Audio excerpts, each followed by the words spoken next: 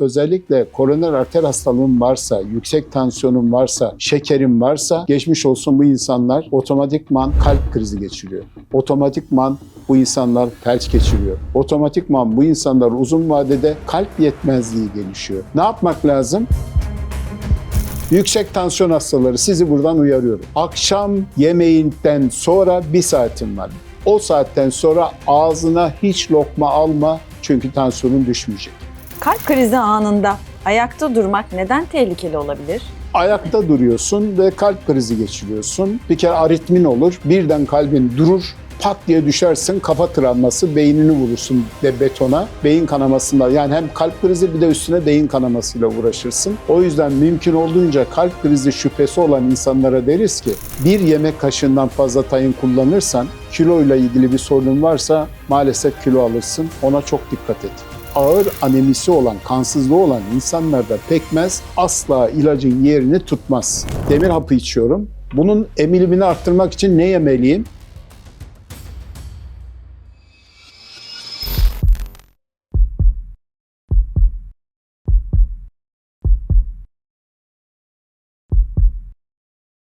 Hocam kanalımıza hoş geldiniz. Hoş bulduk, merhabalar. Merhabalar, nasılsınız? Vallahi iyiyim. Bol kalpli günler bizi bekliyor. Yani gerek dünyada olan, ülkede olan şeyler bizi üzüyor tabii. Yani kalbimiz gerçekten zaten yoruluyordu. Şimdi daha fazla yoruluyor. Çünkü kalbi yormak için stres de en önemli sebeplerden bir tanesi. Uykusuzluk yapıyor bizde. Çarpıntı yapıyor.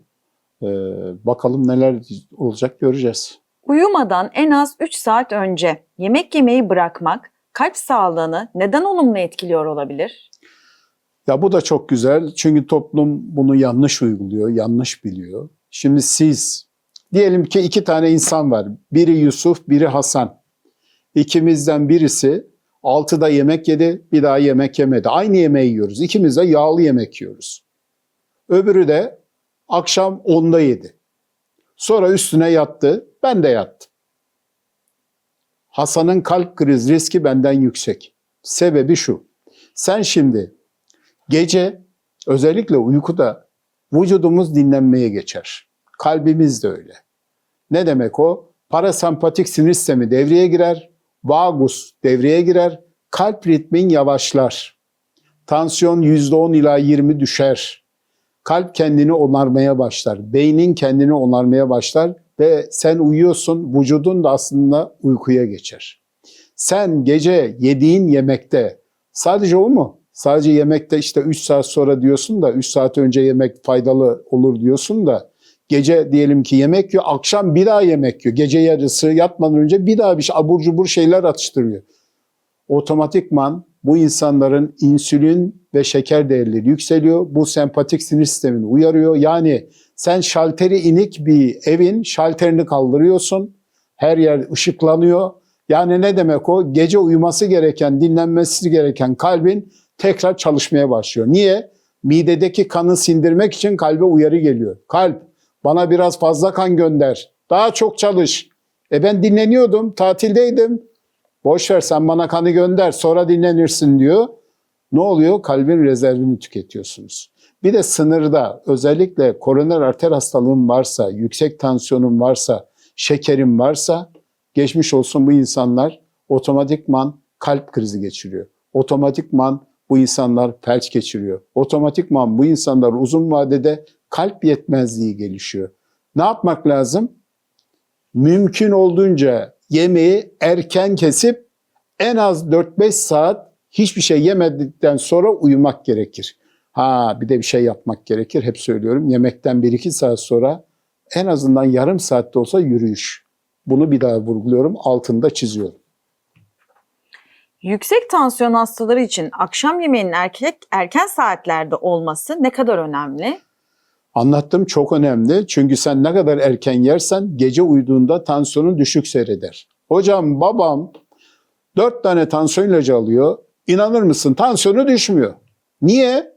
Çünkü geceleri yemek tırtıklıyor, abur cubur yiyor ve akşam yemeğini geç yiyor.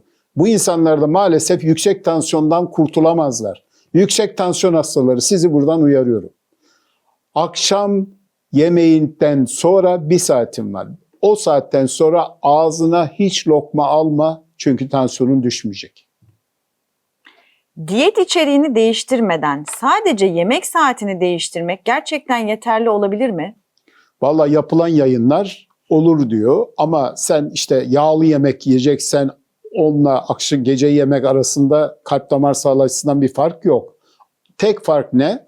Sen o yediklerini sindirdikten sonra uyumakla miden doluyken uyumak aynı şey değil. O yüzden saat gerçekten önemli ama içerik daha önemli.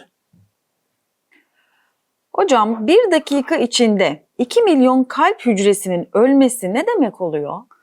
Şimdi normalde kalp krizi geçiren insanlarda kalp krizi nasıl olur? Şuradaki koroner damarlarımız tıkanır ve bu bölgeye kan gitmez ve bu bölge ölmeye başlar.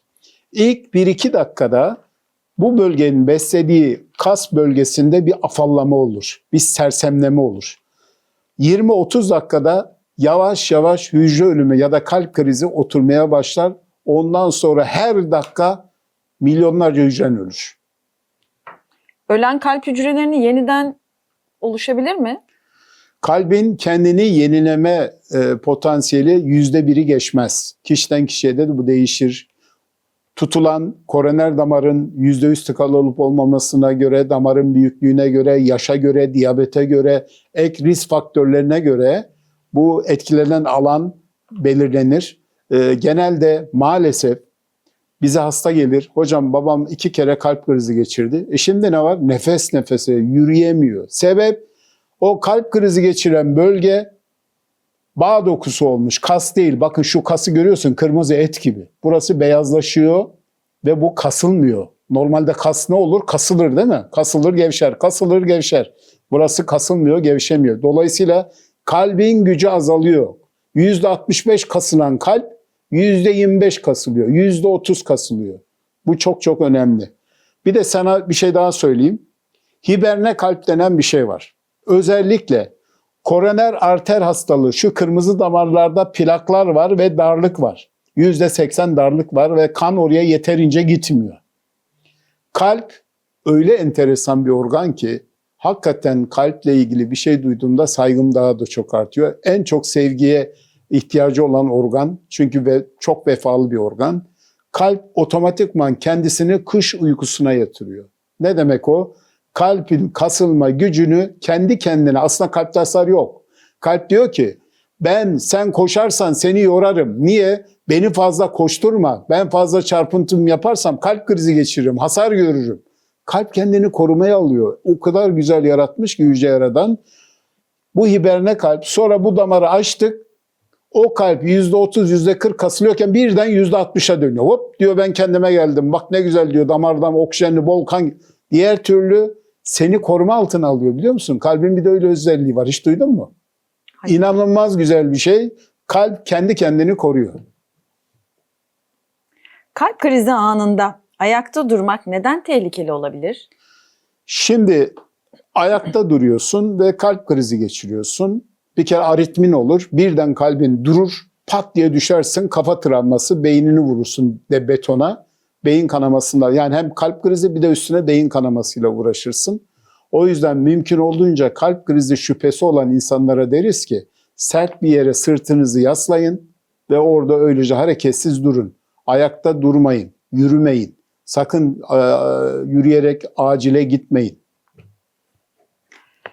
Biraz da tahin ve kalp sağlığını konuşalım hocam. Siyah tahin mi, normal tahin mi besin değeri açısından daha faydalıdır? Ya aslında tahin inanılmaz faydalı bir yiyecek. Tahin özellikle bir ilaç değil arkadaşlar. Ya hocam ben tahin içtince çok mutlu oluyorum, çok iyi geliyor bana. Sakın öyle düşünmeyin. Dengeli beslenmenin en önemli unsurlarından bir tanesi. Şimdi siyah tahin ve beyaz tahin arasındaki en önemli fark, siyah tahin dedikleri şey Türkiye'de halen üretilmiyor. İnşallah üretilir. İçinde güçlü antifenoller ve aynı zamanda antioksidanlar var ve sesamin denen bir madde var. Bunlar güçlü antioksidan, vücuttaki inflamasyonu kurutan şeyler. Siyah tayinde özellikle kepeğiyle ya da lifiyle birlikte değirmenden geçirilir. öbüründe kabuğundan çıkarılıp, beyaz tahinde kabuğundan çıkarılıp ondaki özellikle antioksidan miktarı siyah tahinde daha fazla. Kırmızı tahinde daha az. Tahini nasıl tüketmek daha faydalıdır? Pekmezle birlikte mi? Sade. Yani ideal olan, eğer şekerin yoksa, obez değilsen tabii ki birlikte tüketebilirsin. Yalnız şunu sakın unutma, bu çok önemli. Tahin dediğin şey aslında çok kalorili bir şey. Yani sen bir yemek kaşığından fazla tahin kullanırsan, kiloyla ilgili bir sorunun varsa maalesef kilo alırsın. Ona çok dikkat et. Bir kalp cerrahı olarak evinizde tahin tüketiyor musunuz? Tabii ki, ama kararında. Tahinin günlük ideal tüketim miktarı ne kadar olmalı? Bir yemek kaşığı 10-15 mililitre yeterli. Daha fazlası maalesef yüksek kalori ve obez yapıyor. Market tahini ile taş değirmen tahininin arasındaki sağlık açısından fark var mı? Ya taş değirmeni daha doğal, katkısız, içinde katkı madde yok. Yani o yüzden tabii ki öncelik tercihimiz o. Öbürü muhtemelen kimyasallar içine giriyor ya da katkı maddeleri girebiliyor ve şeker girebiliyor ya da başka şeyler girebiliyor. O yüzden mümkün olduğunca değirmende yapılan tahin her zaman tercih sebebi. Tahin damar içindeki plak oluşumunu önleyebilir mi? Önleyebilir lafı çok iddialı. Önleyebilir demesek de plağın özellikle artmasını engellemede faydalı, güçlü antioksidan etkisi var. Çünkü vücuttaki kronik inflamasyonda çok faydalanabileceğimiz bir gıda. Kolesterol hastaları tahinden korkmalı mı? Korkmamalı çünkü sonuçta kolesterol yok tahinde. Kolesterolü yükselten bir şey gıda değil. Siyah susamdaki yağ asitleri damar sertliğini önlemede nasıl rol oynar? İnanılmaz güzel rol oynar. Dedim ya, antioksidanlar her türlüsü özellikle vücudumuz için çok faydalı. Hele bir de hep söylediğimiz şey var. Koyu renkli bütün gıdalar kalp sağlığına faydalı. Tahin kan akışını hızlandırır mı? Yani dolaylı yoldan evet. Çünkü damarlardaki iltihabı azaltıyor. Damardaki onarımı, endotel fonksiyonuna faydası var. Ama aspirin gibi kanı sulandırma özelliği yok. Diyabet hastaları için tahin avantaj mı, dezavantaj mı? Yani diyabette glisemik indeksi düşük tahinin. Kullanabilirsiniz güvenle ama fazla tüketmek kalori açısından zararlı. Son olarak hocam bu bölümle ilgili kalp ameliyatı olmuş bir hastaya tahin önerilir mi? Kesinlikle evet. Önerebiliriz. Yani faydalarından dolayı mutlaka almalı. Hele zayıf hastaysa kalorisinden de faydalanmalıyız. Pekmezle ilgili birkaç sorum olacak. Üzüm pekmezi mi, üzüm suyu mu daha faydalıdır? Yani tabii ki pekmez daha faydalı. Neden? Çünkü pekmez konsantre bir şey. Yani sonuçta özellikle demirden daha zengin, minerallerden, potasyumdan daha zengin. Dolayısıyla pekmez her zaman öncelik tercih.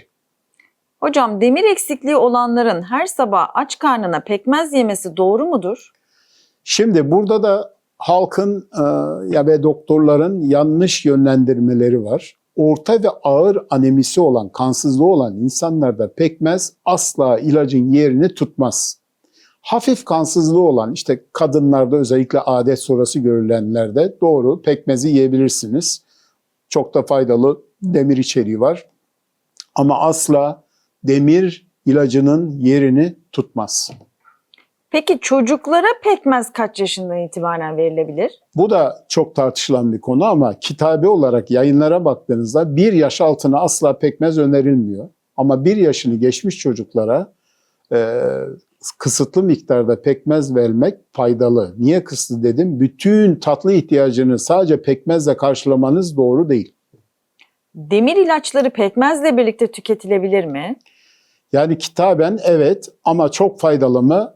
Değil. Çünkü bunlar birlikte tüketilmesi çok önerilmiyor. İşte mutlaka demir ilaçlarını suyla birlikte tüketmek öneriliyor. Yoksa pekmeze karıştırayım, demiri birlikte alayım.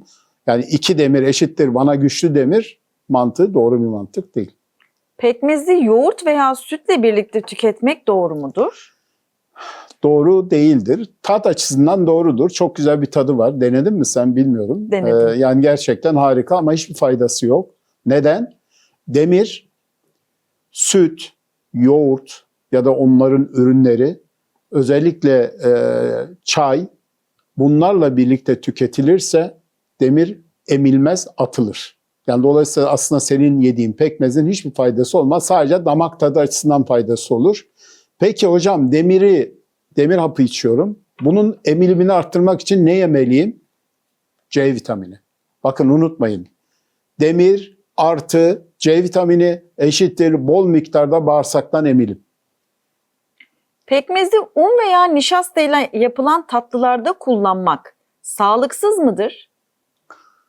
Aşırı sağlıklı değil. Bir kere kalorisi çok yüksek. Şeker düzeyini yükseltiyorsun. Özellikle diyabet hastaları için inanılmaz kalorili ve maalesef şekerli bir şey. Glisemik indeks yüksek. Çok riskli hastaların kullanmaması gerekir.